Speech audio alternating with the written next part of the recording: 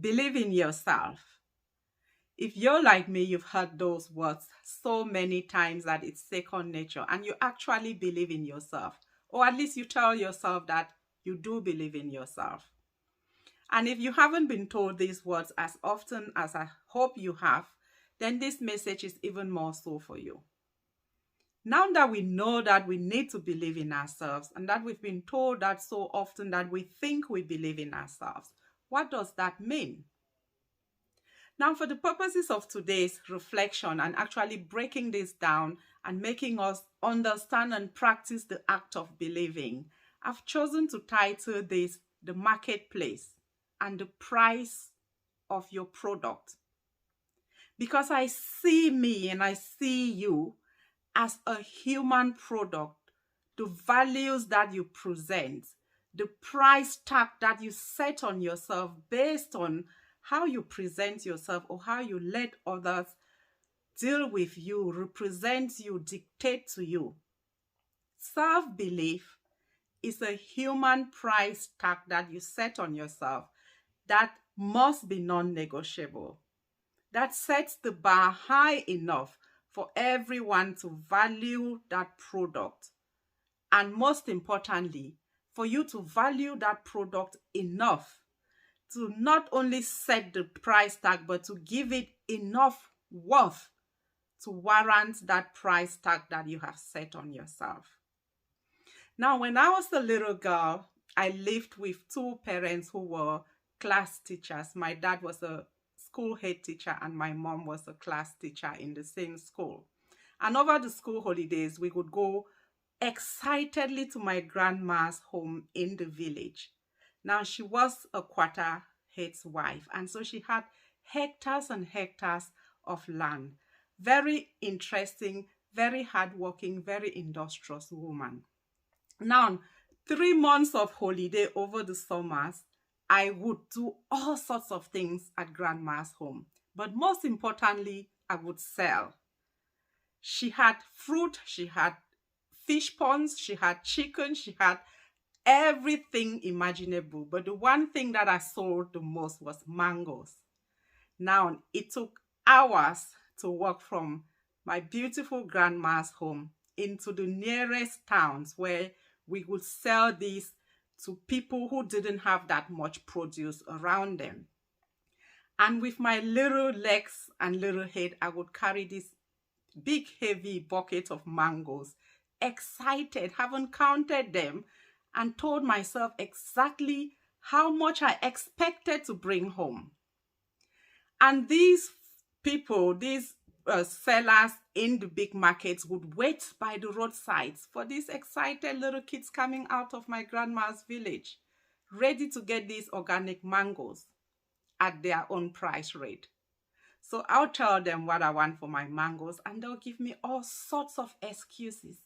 Oh, this is too ripe. This is not ripe enough. This is too expensive. And all this while, their excuses and their dictated prices had nothing to do with the quality of my mangoes, but with their own intention of getting a great deal for themselves, either to go home and eat or to go and retail in their own backyard market prices. But being the little kids that we were, we had a number of challenges around this mango issue. What if they are right? What if my mangoes are too ripe? What if they are too hard? What if they are too expensive? They must have seen dozens of kids coming out with mangoes. That's the only reason why they're telling you yours are too expensive, yours are too this, yours are too that. And so you're tempted to drop your price to meet their needs.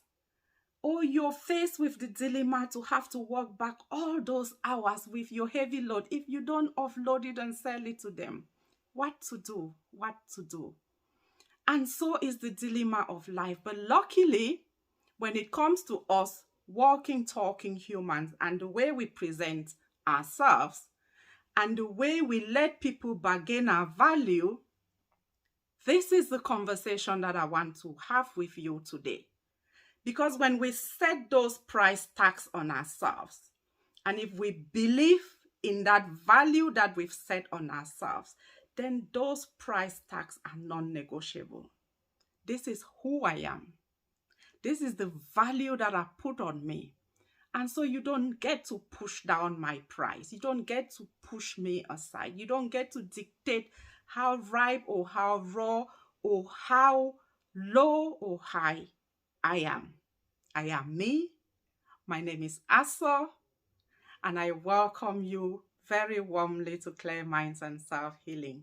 I appreciate everyone who turns up and takes me on my value and buys me high and dines and appreciates and motivates me and hires the value that I didn't even know I have on myself. Now, if you're new here, please join us. We appreciate you. We hope to elevate you, and we hope to motivate you to go on and sell higher than you currently sell at the moment. Now back to my mangoes, or shall I say back to self-worth. The beautiful thing with self-worth is that unlike my mangoes, whether they go home or not, whether they end in the marketplace or not, you always go home to you. And when you sell cheap, you have to go home and have that self-doubting conversation with you, that self-critical conversation with you about why you sold your beautiful self so low, so cheap. And the good news that I'm trying to impress upon you here is that demand equals supply, and price goes up with the value that you set on yourself. So demand for yourself starts with you. You wanting, appreciating, polishing, educating, and practicing and crafting that value on you that will make you love you and want you enough to set a non-negotiable price on yourself. When you're doing the things that you love, when you're achieving the goals that you aim to achieve, or at least trying, you will love yourself enough to not give 3 extra pieces for the price that you want, to not take 2 extra insults, to not sit in 3 lower jobs, to not push your family around the dirt 2 seconds longer than needs to be. So the purpose of this reflection is for you to look into your life, look into your actions, look into the behavior that you're manifesting, and see the areas that you're selling short in. Because one way or the other, we are not doing enough healthy awareness. You know what you need to be doing, but you're selling short in your health consciousness. You're selling short in the way you prioritize your family, your well-being. You're selling short in the potential that you have for yourself, physically, mentally, emotionally, and financially, the blueprint that you know you can achieve. And because you're selling yourself short, everyone else is selling you short. The employers are paying you half what you're worth because you're selling yourself short. By sitting in that position or not taking that extra valuable practice and training and education and reading that will sharpen your brain and enhance that price tag that you set on yourself.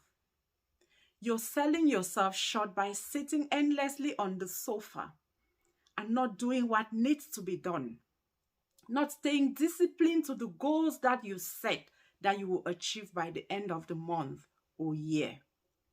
You're selling yourself short by sitting in that limited circle in which you're learning nothing, and by carrying those mangoes and letting everyone but yourself dictate the price for your mangoes. And the one lesson that this grown-up version of me has learned is that I'm happy I gave away those mangoes. I'm happy I carried them to town to begin with. And I'm happy I had those lessons where I was pushed around until I got to the point where I had enough. But the thing is, if you're never pushed, if you've never been irritated, if you've never put yourself out there to experience those mistakes and failures and injustices, you will not shift, you will not change, and you will not elevate yourself to the next standard where negotiation is on your terms.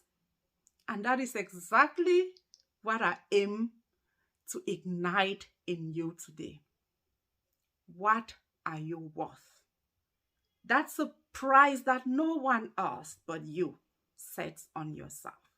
So go home, dust the dust off of the valuable product that you are, and look into the mirror that defines you, and pick one area that's been sold short and start there. And by this time next year, you will find that that price tag has gone up. And I hope I can be there to celebrate that smile on your face with you. Please share, motivate, and empower everyone else in your life to price up